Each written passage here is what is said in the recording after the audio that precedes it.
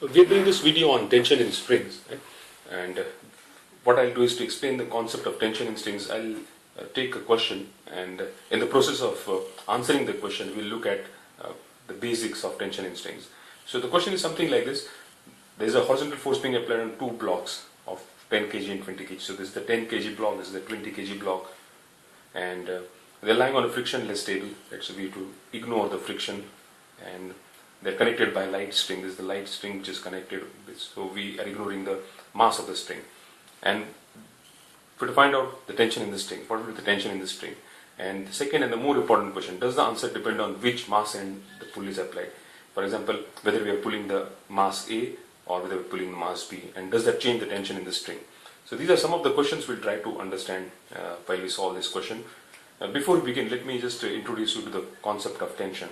How does tension come into play? Let's say we have a string or a rope and the two people, right?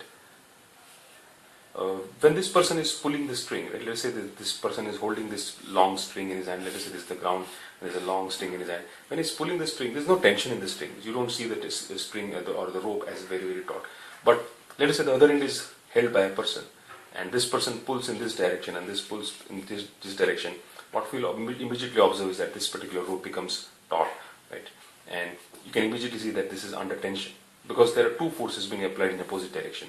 So tension comes into play when a particular string or rope is applied two forces in the opposite direction. And these two forces could be applied by anything. It could be because of weight of an object. It could be because of rigid surfaces. Let us take one more example to help you understand this better. Let us say this is a roof and there is a rope hanging from this particular roof, and let us say there is a mass attached over here, mass M. Now we can see here two forces coming into play. This roof is immovable, right? It's not coming down. It's rigid over here. It's fixed over here. This particular mass is applying a force in the downward direction, mg. Right? So there's a downward force acting on this. This roof is immovable, right? It doesn't allow this to move down, and therefore this also is applying a force in the upward direction. And therefore these two forces, since they are applying force in the opposite direction, this particular string you'll see is under tension. To help to illustrate this point further, if I take the same example, if this is a rope, this is the ceiling, right? And if I simply attach a rope over here, right, this rope is not under tension because we don't have two forces coming into play, right? This particular force does come into play, but there's no downward force. The moment I attach a mass over here, a downward force also comes into play, and then this particular string or rope is under tension. So the basic concept is, for a string to be under tension, is that there have to be two opposite forces acting at its two ends. Right? Something similar is happening over here. We have a force of 600 newtons. Let us assume that the force is being applied on mass A. So I show it over here. Right? This is the direction in which a force of 600 newton is being applied, and we have to find out the tension in this particular string. Now, coming back over here, the tension in the string, the same throughout, right? There's the same tension, nearly the same tension. If we ignore the mass of the ring, the same tension throughout the string. This particular tension is in two directions, right? Like the forces. If there's a force acting in downward direction, so there is tension in this direction.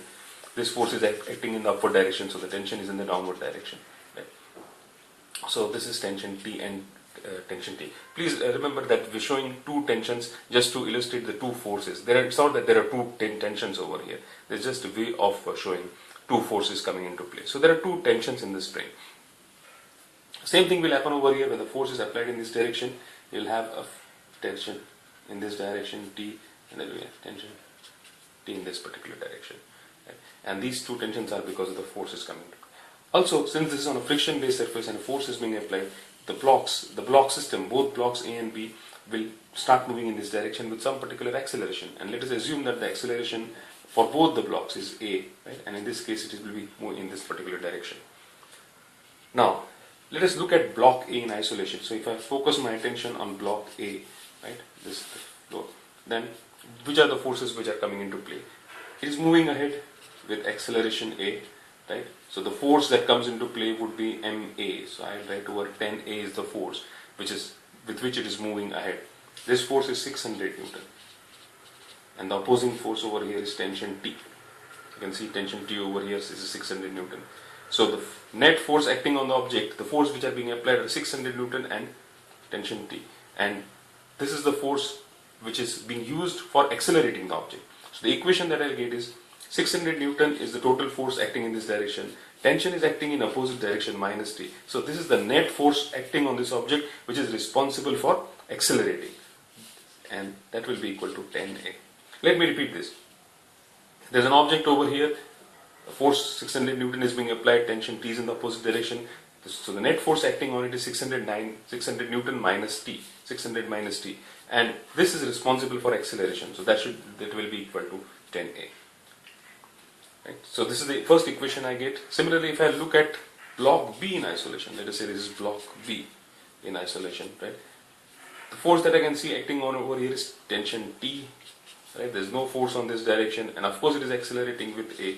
So this particular tension is responsible for accelerating it, and that will be equal to 20A because mass of block B is 20. So T is equal to 20A.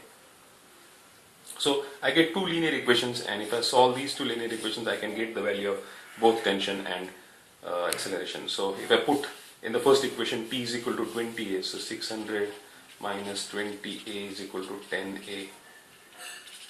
Right. To save time, I'll just do a quick calculation. 600 divided by 30, so I'll get 20 meter per second square as the acceleration, right?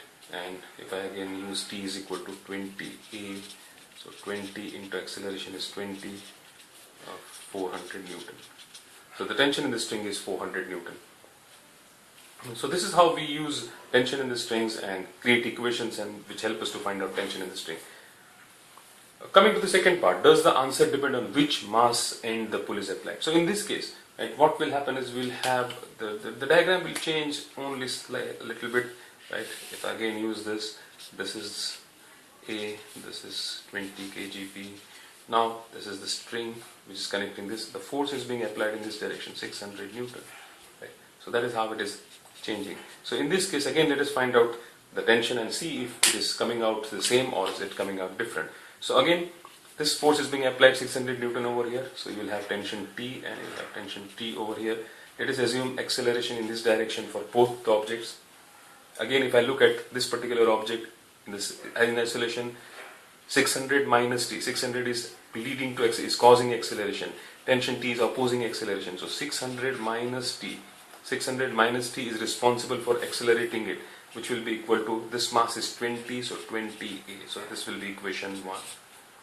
As far as the second block is concerned, 10 kg block, the only force acting is T, and that will be equal to, this is also accelerating, so 10A. And now I'll use this, solve this second equation. So 600 minus 10A is equal to 20A.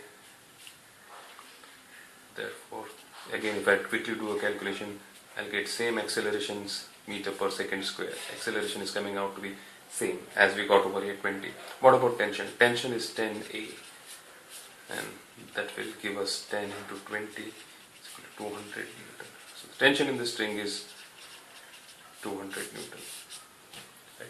So you can see tension has changed. So to answer this question, does the answer depend upon which mass end the pull is applied? Yes, it depends upon which end of the pull is applied. And if you try to look at it closely, here tension is 200 Newton, here tension is 400 Newton. Right? Here tension we found out to be T is equal to 400 Newton. So when I am applying a force on the smaller mass, tension in the string is larger. Right? And when I am applying force on the bigger mass, tension in the string decreases. So from if you purely look at it from the string point of view, from the point of view of string and its ability to withstand force, it is always advisable to pull to apply the force on the bigger mass so that the tension in the string is lesser. Right? Of course, in real life situations, we may not be able to do that. It will depend upon a situation whether we are able to apply force on the bigger mass or smaller mass. But purely looking at it from a string tension point of view, it is always advisable to apply force on the bigger mass and the smaller mass is behind it. That will lead to less tension in the string. Right, so I'm sure this will have given you some idea about how to look at tension in strings, how tension comes into play, and how to create equations by looking at various forces which come into play to find out tension and acceleration of a moving system. Thank you.